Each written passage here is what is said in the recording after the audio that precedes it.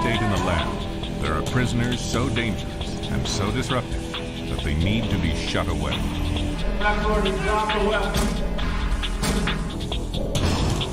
Shut away in a maximum security prison.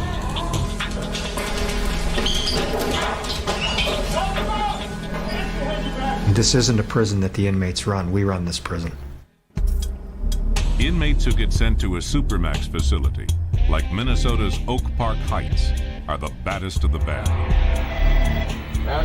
Here, every inmate's movement is observed in the electronic nerve center of the prison.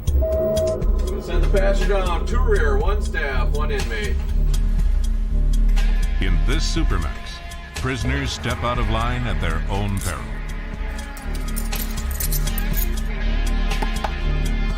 But they can be out of their cells from dawn to dusk if they agree to be rehabilitated. To us, it makes good sense to try to do everything we can to change the behavior that brought them here.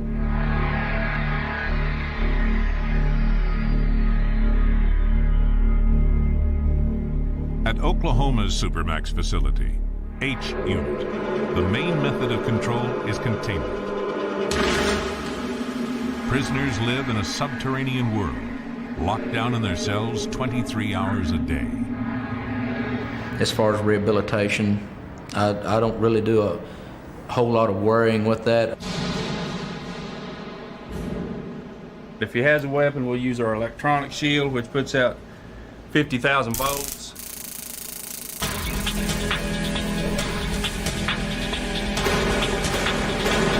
Maximum security prison.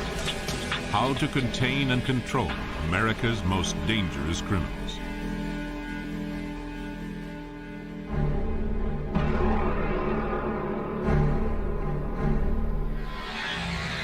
Oklahoma's answer was to open H Unit in 1991, located near the Midwest town of McAllister.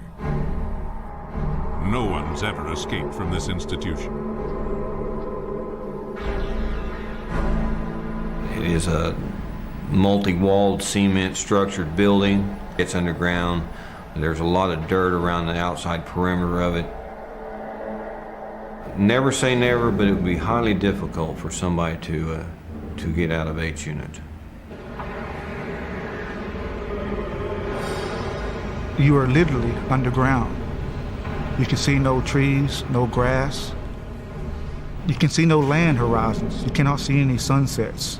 You cannot see any sunrises. You're buried alive in an underground cell, 23 and 24 hours a day.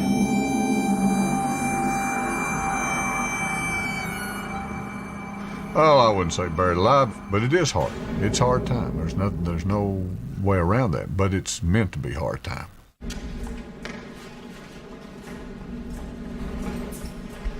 Yeah, you get used to it. It's like an animal in a cage, kind of gets used to his cage. That's all this is. You know what I mean? An animal in a cage, that's all. H Unit was built adjacent to the main prison complex here at Oklahoma State Penitentiary after 100 inmates went on a rampage in December 1985. 3 guards were stabbed and 7 others held hostage for 18 hours. We had some officers that received serious injuries, physical injuries that lasted them the rest of their lives. We learned a lot there that we needed stricter control of the baddest of the bad inmate population, that we had total control of their movement to and from the areas that they had to go to. What that means is that nothing is left to chance here. Whenever an inmate leaves his cell unit, there are always 2 guards present. And no matter how short the journey, a thorough search of all clothing for weapons and contraband is always conducted. The inmate has 24 hours a day to figure out something to try to manipulate you with. It's real easy to become complacent because of all the security down there. You think you're safe beyond safe, and one mistake could cost you your life. Outer. It's virtually a non-contact unit for staff. We can move an inmate to the shower, to the yard, and without ever being face to face with that inmate, without bars between us.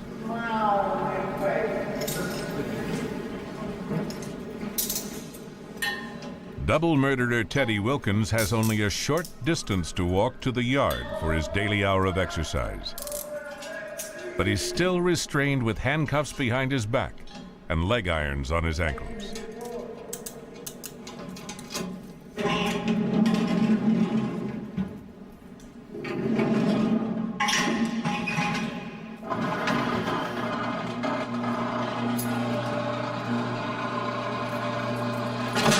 I came in with 12 years. You know, I caught all this time in the penitentiary, man, you know. So, I didn't kill nobody on the streets. Teddy Wilkins was jailed for an armed holdup, but life on the inside can exact its own sentence. He's now serving 2 life terms and a further 60 years imprisonment for murdering 2 inmates at 2 different prisons. Self-defense. I had issue with another convict, and it went all the way. I'm not proud of it. I'm not happy about it. It's just something done. I don't regret it neither. I did what I felt I had to do. I'm not a kill freak or anything. In this Supermax, high security risk prisoners have no direct contact with any other person other than guards, ever. I think this whole solitary thing makes it worse, because when I went out of state and I was around people, I didn't know how to react to conversate with them. When they said something, I would take it wrong.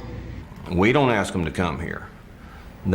With their misbehavior and management problems, they earn their way here. Danny. The most troublesome prisoners are housed in the administrative segregation unit. Here, cell counts are done up to 10 times a day. 3 of the 50 inmates are on suicide watches every 15 minutes. Let me do my count first. Some of these are very bad. We got guys over here that have killed their cell partners. When we do our daily counts, they are known to throw stuff on you. Urine, feces, mixture of both. It just depends. We got to make sure that there's nothing that's the individual can have in their hands or anything like that that can possibly cause harm to the officers on the run. They can make a weapon out of just about anything. They can take a tray. They're served a tray. It's a plastic tray. They can heat that up and then cut them a piece of plastic out of that tray in the shape of a knife, pointed tip on it. Take the plastic toothbrush, melt the end of it and get it hot, and then take the end out of a razor that they're allowed to have for shaving purposes. Take that little razor and insert it in that hot plastic tip of the toothbrush. Obviously that razor you can cut real easy with that. There have been 6 stabbings and 1 cell murder during the past 2 years in H Unit. A casualty rate the prison management says is not helped by budget pressures that force the majority of prisoners, unless they're in the segregation unit, to be double-celled.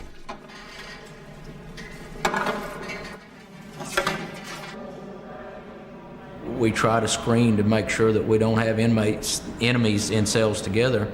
Sometimes they create an enemy just by being locked in a cell with him. We try to separate those, but we can't be 100% successful at that. Oh no, that's another story. I've had some inmates in my cell that's I don't know. I think they were placed there strategically to maybe cause harm or to get me to go off on them or something. And some of them was very bad.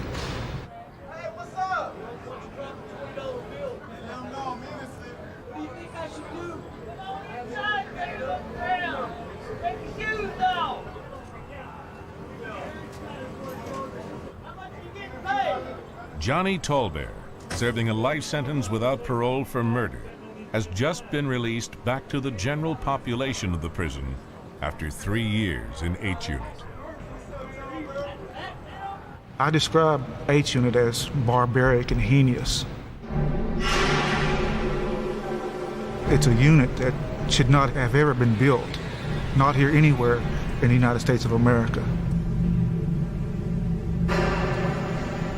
Life inside H Unit can be a living hell for those inmates who can't handle this level of control. Each unit has an electronic nerve center.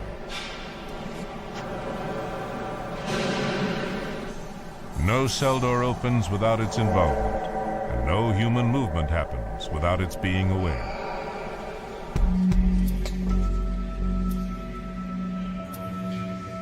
Despite the control in this prison, though, inmates still find their own ways to connect with each other. They even have their own sign language.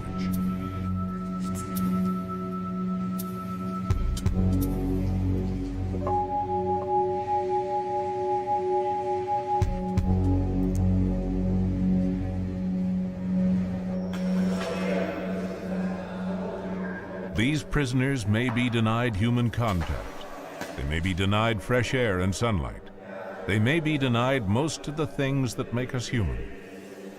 But they still find a way to survive the restrictions they face every day.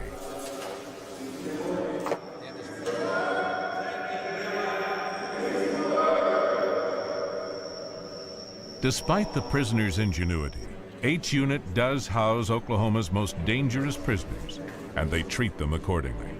There is no way this Supermax prison's about to relax its hardline stance. They want this and they want that, and they're not going to get it. But it is tough. But it's meant to be tough. And they know that.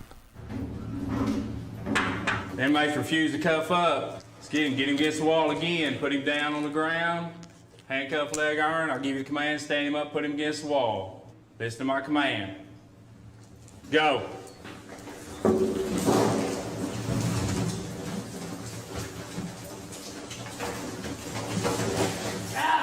Get the cuffs on him. There are no second chances inside H Unit. You play by the rules, or you pay the price. And if inmates get violent, they attract the attention of the Correctional Emergency Response Team. Put him against the wall. If he has a weapon, we'll use our electronic shield, which puts out 50,000 volts. The shield man will enter that. We'll go to the cell door. We'll fire this off a couple times, let him see it. And if he still doesn't comply with our orders, we'll enter the cell. Shield man will pin him, use this, and we'll take it from there. Security considerations dominate every facet of H Unit's operation. Any disruptive behavior is slammed hard. Anytime a prisoner leaves his cell block, he's in restraints. And in this prison, educational and job programming don't exist at all. Let them try to correct themselves instead of just throw them away and forget about them and lock them up in an underground cell. Give them some activities, give them some social activities, something where they can better themselves, schooling, some kind of education, some kind of work. They don't deserve a job if they're on H Unit. They've proven themselves to be management problems or some type of problem, and we do not want to have problem makers out down here. Prisons are not set up for rebuilding. They're set up to break you down, to keep you down, and to destroy that spirit in you so you'll just become almost non-existent. Terry Kinney, a former heroin addict, is in prison for 100 years and 1 day for his second armed holdup offense. Have I changed? Am I an armed robber or a drug addict today? No. And I haven't been for years now. But I still did something 20 years ago that a debt had to be paid for. Now, I might not like having to pay it. I don't want to pay it. And I think I'm ready to move on. But if they want me to do that 100 years in a day, I've got to do it. Terry Kinney's grim existence is lightened once a month when his parents and sister get to visit him here in the non-contact visiting area. His family is separated from him by a 2-inch thick bulletproof glass window and bars. I'll get you in a second. How you doing, son? All right. This is not good. This is alien. So have you been busy this morning? Yeah, I got up, read my Bible, went to church myself, and on TV, and what I do every day. Same thing, you know. When he first went into prison, I was just destroyed at first. But it hasn't kept me away from him. It hurts. We're really close. We've always have been all his life. I haven't even got to touch you the whole time you've been here. And I love you. I know you do, and I love you. You can come home and take care of your mom and daddy. Can't stop. 20 years in here, and you all stuck with me. For me to come and have to see this, it's real hard. So I don't come as often as I should and want to because it's hard not to be able to reach out and touch him. This place has almost got me. Mentally, it'll eat you if you one minute, let your guard down in here. Mentally, it'll destroy you. There's been a change in me. Jesus saved my soul, set my captive spirit free. There's been a change in me. This world can't understand. These prisoners, who ask that their faces not be shown, don't get to have family visits. They can, however, get a special privilege here in H Unit if they are one of its 147 prisoners awaiting execution on death row. They get to go to church. But this is no ordinary church. The preacher's separated from his flock by bars. I heard a word yesterday morning talking about the Lord accepting the good and the bad, and I thought, boy, I'm glad he accepted the bad. He accepts the good, bad, and the ugly, don't he? Amen. I've got a peace in my heart. It's hard. We do services in other prisons and in other parts of this prison where we have contact and we're able to fellowship more like in a regular service. And it's hard. And of course they're handcuffed and they're chained. And there's a constant, of course, reminder that it's like it is. Oh, there's a word from the Lord when I get still enough to hear it. That'll take me through the coldest, darkest night. Yeah, I'm in here for a capital murder charge, first-degree murder, and I'm in here sentenced to death. That everything's gonna be all right. I'm here for a murder, and I was sentenced to death from Oklahoma County in Oklahoma City. Shout to the Lord, all the earth, let us sing. Power and majesty, praise to our King. John Hooker, sentenced to death for a murder he committed during a bank holdup, has been on death row now for 5 years as he fights for his life through the appeals process. His execution date is yet to be set. Hey Hooker. Yeah. Let me get a book on the Declaration of Independence. Okay. I'd like to check that out. Alrighty. He's one of only 2 inmates on death row allowed out of his cell every day to work here in the law library. You're welcome. Trained as a paralegal, he assists fellow inmates facing execution to prepare their appeals 2 weeks before their court appearances. In Oklahoma, every execution always occurs at 2 minutes past midnight. That fate is never far from John Hooker's mind. My cell partner, the guy that I lived with for 5 years, was executed. And I had never felt that pain before. And I've had other guys executed that I knew, but I wasn't as personally connected to them as I was with John Castro. While John Hooker was working, John Castro was moved to a holding cell 60 days before his execution. Hooker never got to say goodbye. It was hard, you know, just knowing where he was going, and knowing that he would have to sit off in that place for 60 days, looking at his demise. You know, for 60 days, you sit in that little room there now. Damn, man, just count down the days until you die, you know? I certainly face that. Being where I am, I do face that. John Hooker discovered a farewell message awaiting him when he returned to his cell the day John Castro was moved. When I went in from work that evening, he had drawn a little, had a little drawing on the wall as a little Indian, and he was peeking from above a wall, and he had a little teardrop in his eye, and under the bottom he had written, "Goodbye, old friend." Yeah, that was kind of touching.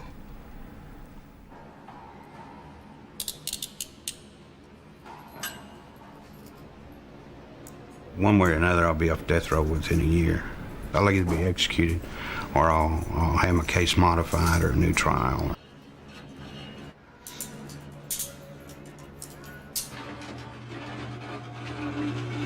Jim Hale, a former oil field worker, was involved in a bank heist that went murderously wrong. He didn't pull the trigger, but received the death penalty for being an accessory to murder. After 15 years on death row, he's reconciled to his fate. I've seen executions take place. I mean, I've not physically been there, but I mean, I've seen the guys leave the unit. So it's just one of those things that it's reality. So you have to deal with it. Jim Hale also has a privileged job working here as a paralegal in the law library. Okay, now this we're appealing whenever we filed that application for your freedom of information that the FBI withheld when you went to trial. Guys on death row have pretty much just resigned to the fact that this is where we're going to be until something happens. So I'm at the end of the road, in effect. It's just something that's there. I mean, you don't need to discuss it. On the night of each execution, the condemned man walks his final walk.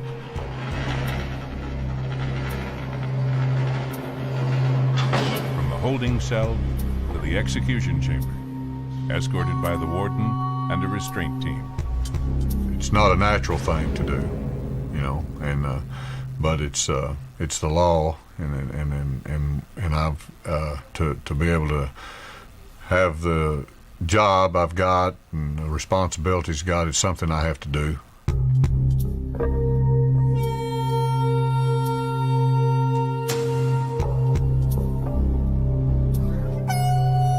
At least 99 men have been executed at Oklahoma State Penitentiary this century. On the fateful night, both the condemned man's family and that of his victim are invited to witness the execution by lethal injection. Media are also present. He goes out a whole lot more dignified and humane than what he did to put him there. The victims that they've murdered didn't get some of the choices that this fella's getting, you know.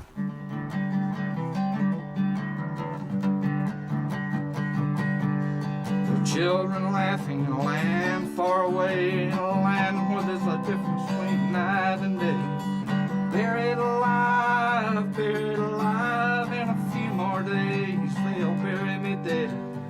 Ron Williamson's free now, after enduring 12 years in H Unit as an innocent man.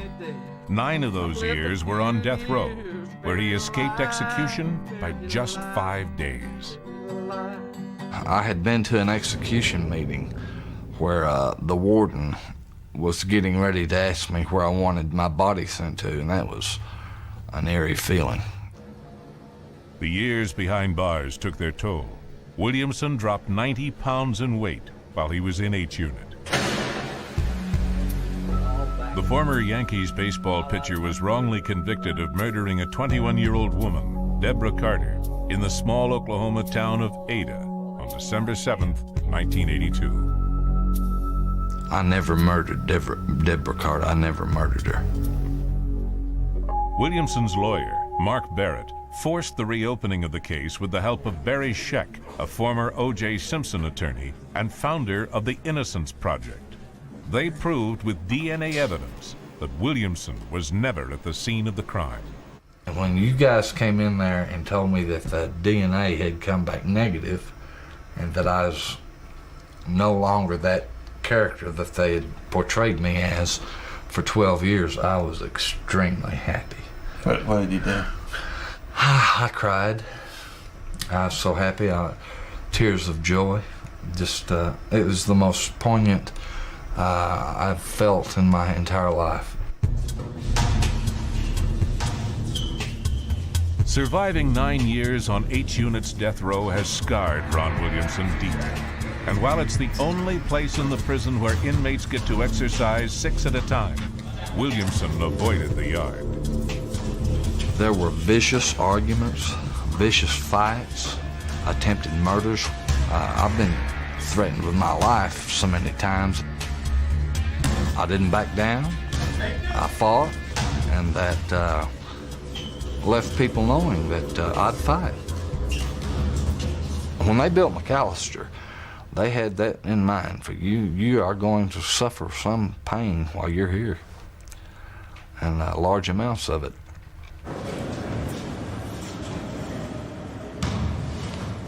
That facility functioned for Ron Williamson as mental torture, and I suspect it does to many other people.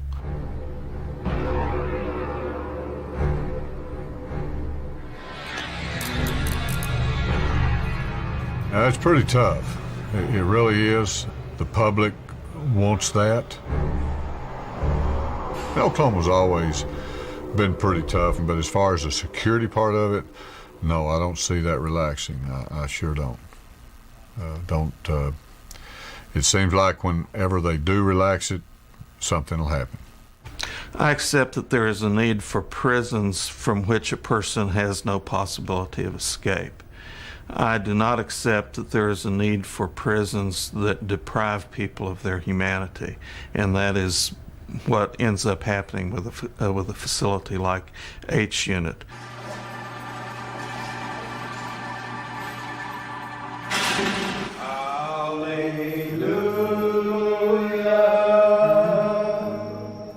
There are no second chances in H Unit.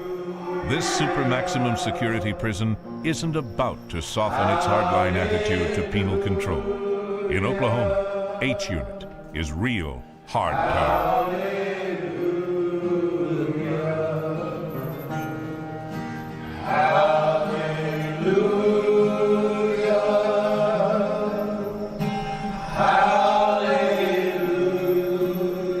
If there is an afterlife, that hopefully I can qualify to rent out some piece of heaven for myself other than go through the hell on this earth that I've been going through for the last 12 years.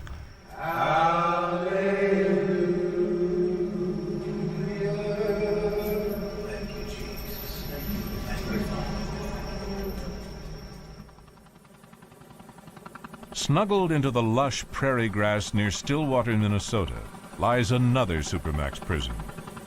Separated by 700 miles and a huge chasm in operating philosophy.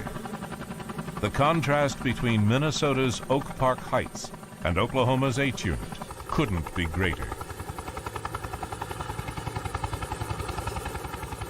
This place was built on a foundational belief that if a person comes to prison and truly wants to make a change in their life, that we have to give them an opportunity to do that, and why wouldn't we?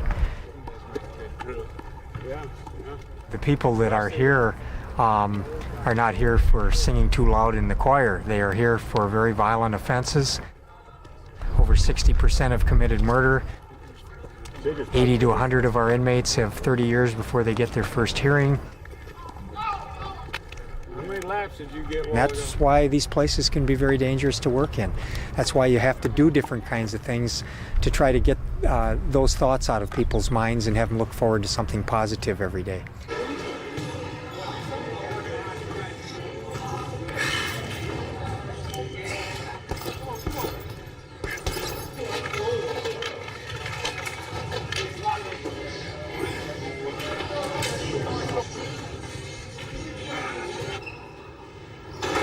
Warden Jim Bruton presides over a management program that is unique to any super maximum security prison in America. Oak Park Heights offers prisoners a choice. No matter what their crime, if they accept a job or participate in an educational program, they can be out of their cells from 7 in the morning to 10 o'clock at night. And if they refuse that option, Well, then they can spend most of their time in a segregation unit where they're locked down 23 hours a day, or they can spend most of their time in a special housing unit where they're locked down 21 hours a day. There's no middle ground here at all.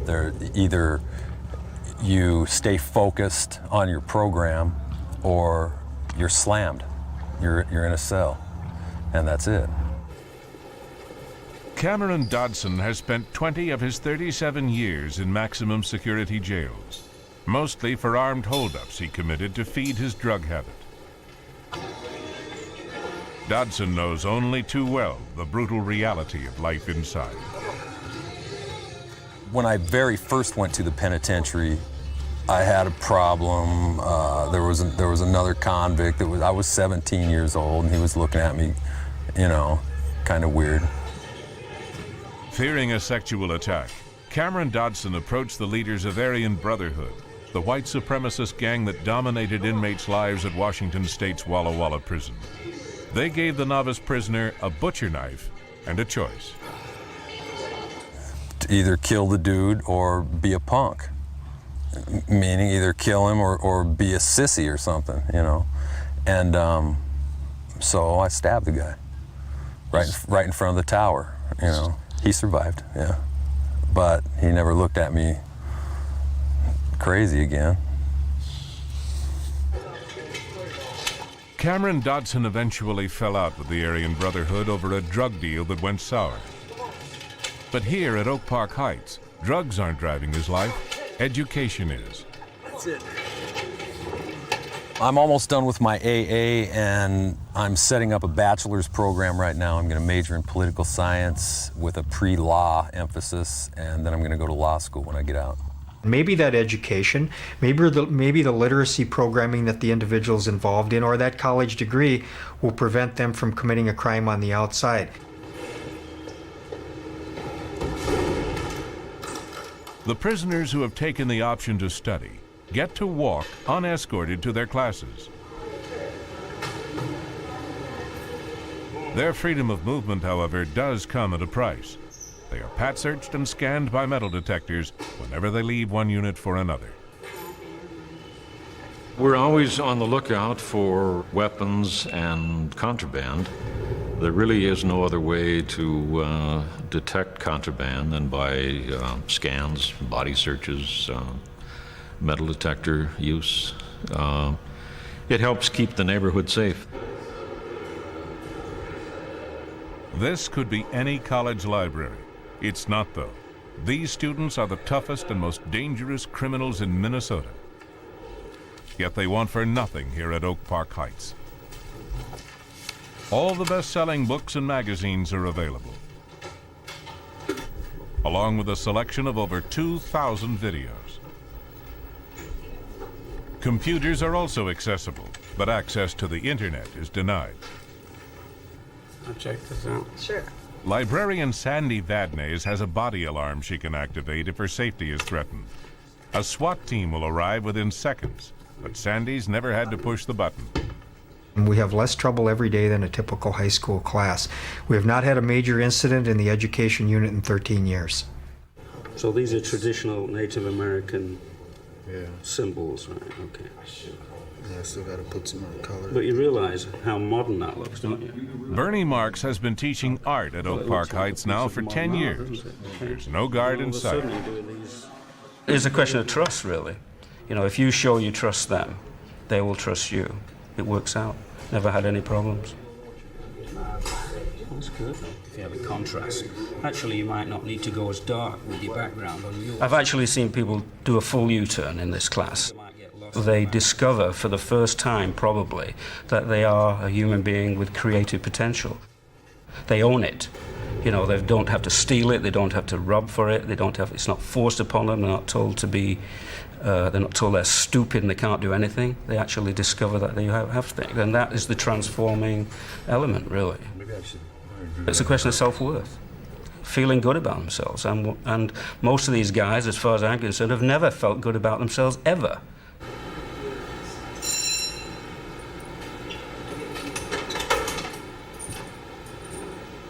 At Oak Park Heights, unlike H Unit, high-risk prisoners like Keith Groove still get out of their cells to work, so long as they behave.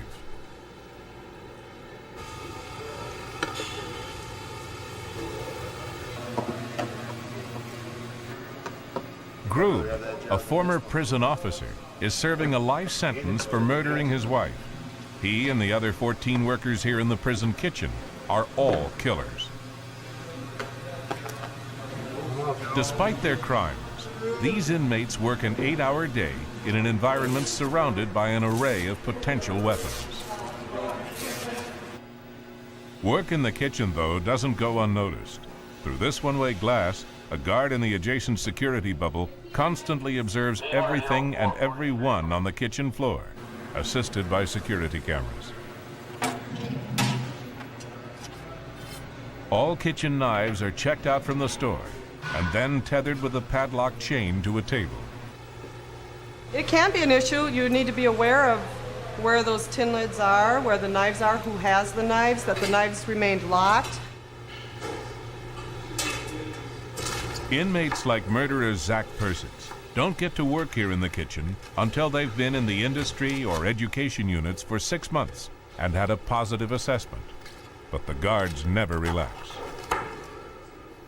I worry about my safety anywhere in the facility. I wear a body alarm, so I can just press this. I'll have a squad response in case of an assault or if there's a fight. You are touching their person. You do touch them.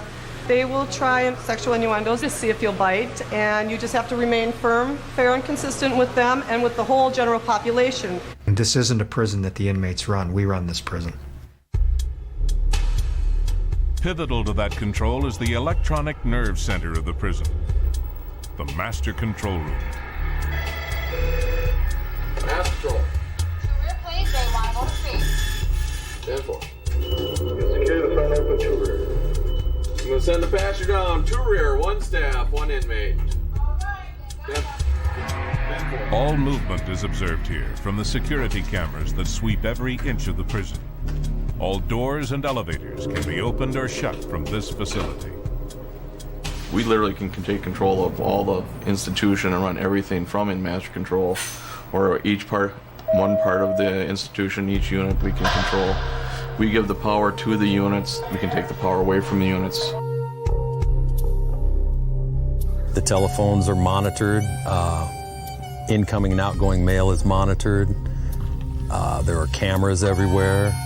They know who you're talking to, who you're hanging with. It's very high-tech, big on intelligence. Everything's recorded, everything's filmed, everything's listened to. Tapes roll 24 hours a day in the Supermax, recording every phone conversation any inmate makes with the outside world. Taking it off and then throwing In the warden's daily management meeting, information gathered by the prison's intelligence unit is invaluable in understanding what's really going on behind the walls. He's the guy that's involved in those murders with those 5 guys. I was told in the mental health unit yesterday that he is living in an absolute imaginary world. He doesn't get it, he doesn't understand it, and at some point he's going to realize that they're probably going to change his second-degree murder to a charge of first-degree murder. So, Monitoring him as we have, we kind of get a little bit of a different aspect. He's told his mom, I'm going to probably be doing 40 years here because they're going to be trying to indict me on first degree. So well, maybe he's showing different on what he's saying on the phone and what he's telling the mental health staff. That's what I believe.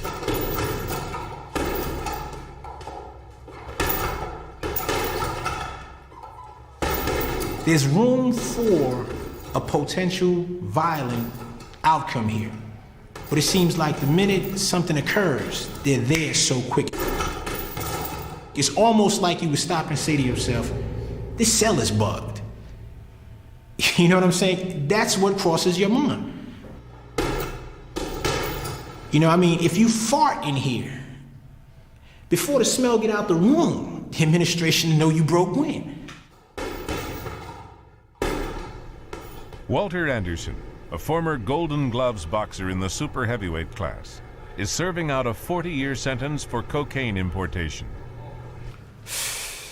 I did good. I made a lot of money. I'd say a few mil. Walter Anderson was Colombian drug boss Pablo Escobar's main man in America.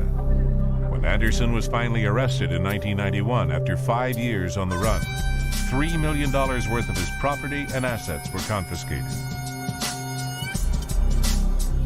Walter Anderson has spent most of his life in and out of jail.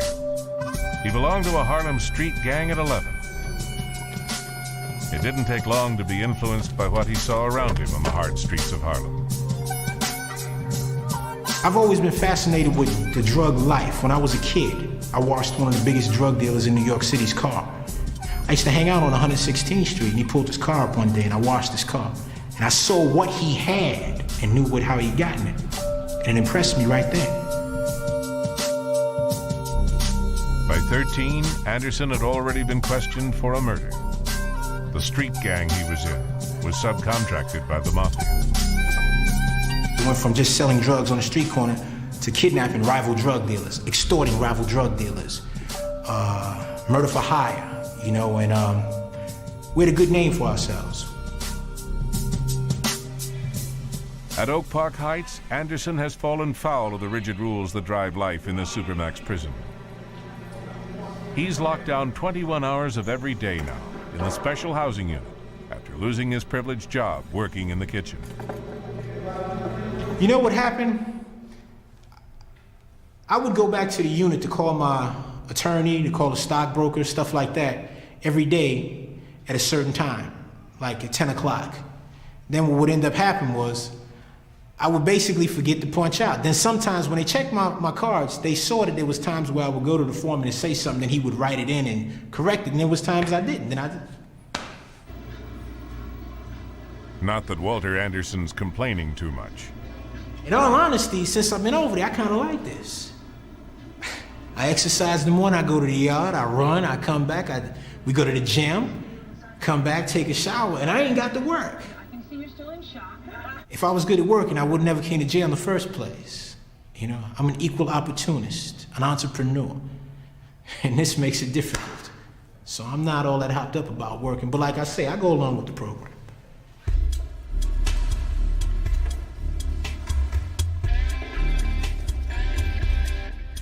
Those inmates, like Earl McMore, who don't go along with the program, end up here in the segregation unit, where, like H Unit in Oklahoma, they're locked down 23 hours a day. McMore is helmeted for his own protection when escorted outside for an hour's exercise each day. He's handcuffed and shackled throughout that hour.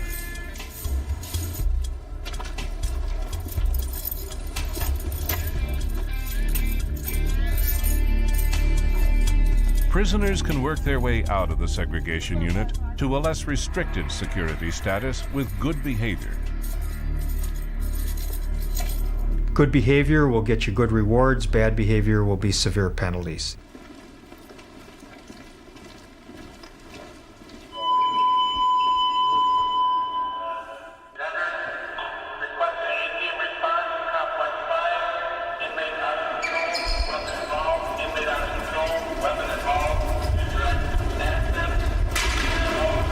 In that type of situation where he's unrestrained and we have to go in, then we have the A-team there, or the security squad for backup. The inmate up in room 202 out of control. He's brandishing a weapon, threatening staff. Okay, we get suit up. Staff in the segregation unit as well as the security squad received some additional training in chemical irritant use, cell entries, using a shield type thing for staff protection.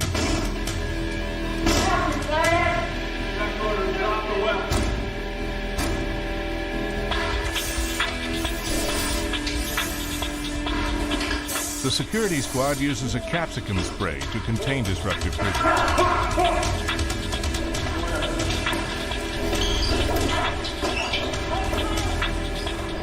The spray makes an inmate's eyes water, irritates his skin, and affects his breathing.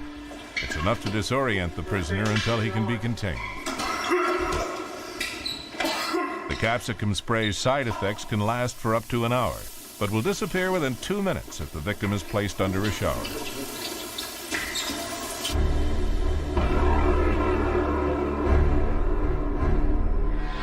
Oak Park Heights is no candy-coated Alcatraz.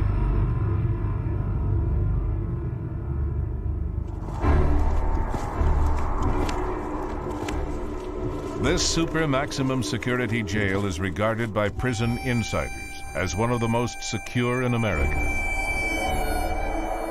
Its methods of control are as effective as any other penitentiary in the land. It may offer inmates the opportunity to improve themselves, but it's still hard time. There's nothing cool about being in jail for the rest of your life. It's nothing cool about me sitting here giving you this interview from a penitentiary. This ain't cool to me. Cool to me is being in the streets bouncing one of my grandkids on my knee. You know what I'm saying? That's cool. It's not cool to have to stop and think, will I die in here?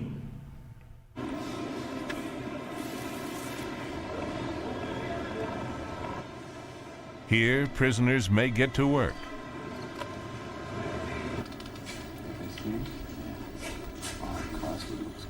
They may get to study.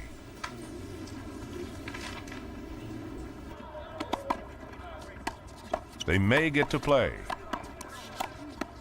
But they play by the rules, or else.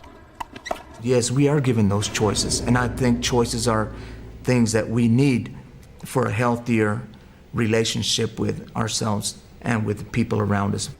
Well, we're pretty close here, Al. Okay, I've got a document over here that's a court decision. We can help. Thinking creatively rather than violently is a radical departure for Alejandro Garcia, who edits the prison's newspaper. He spent 28 years of his life behind bars, much of it until he came to Oak Park Heights as a key player in the gang, the Mexican Mafia. Garcia's life on the inside has been brutal. The mentality just became one of pure survival. And in that kind of a situation, it's dog eat dog. And sad to say, I had to learn to be that way myself. That involved a lot of brutality, a lot of reputation building.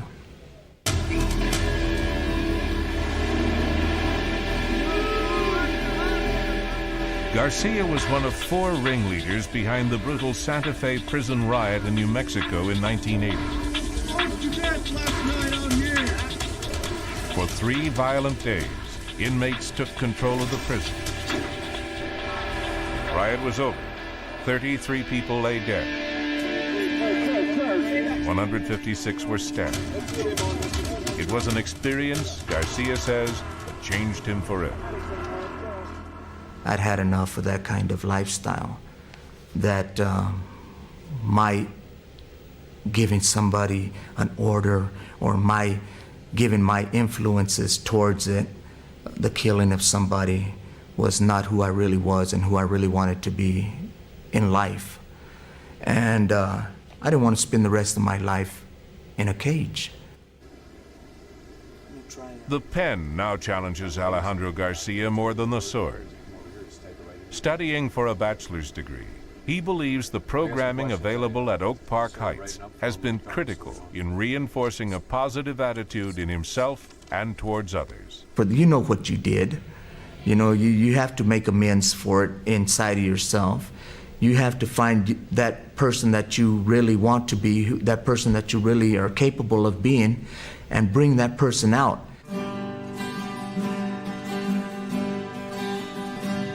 Did you ever write a dream?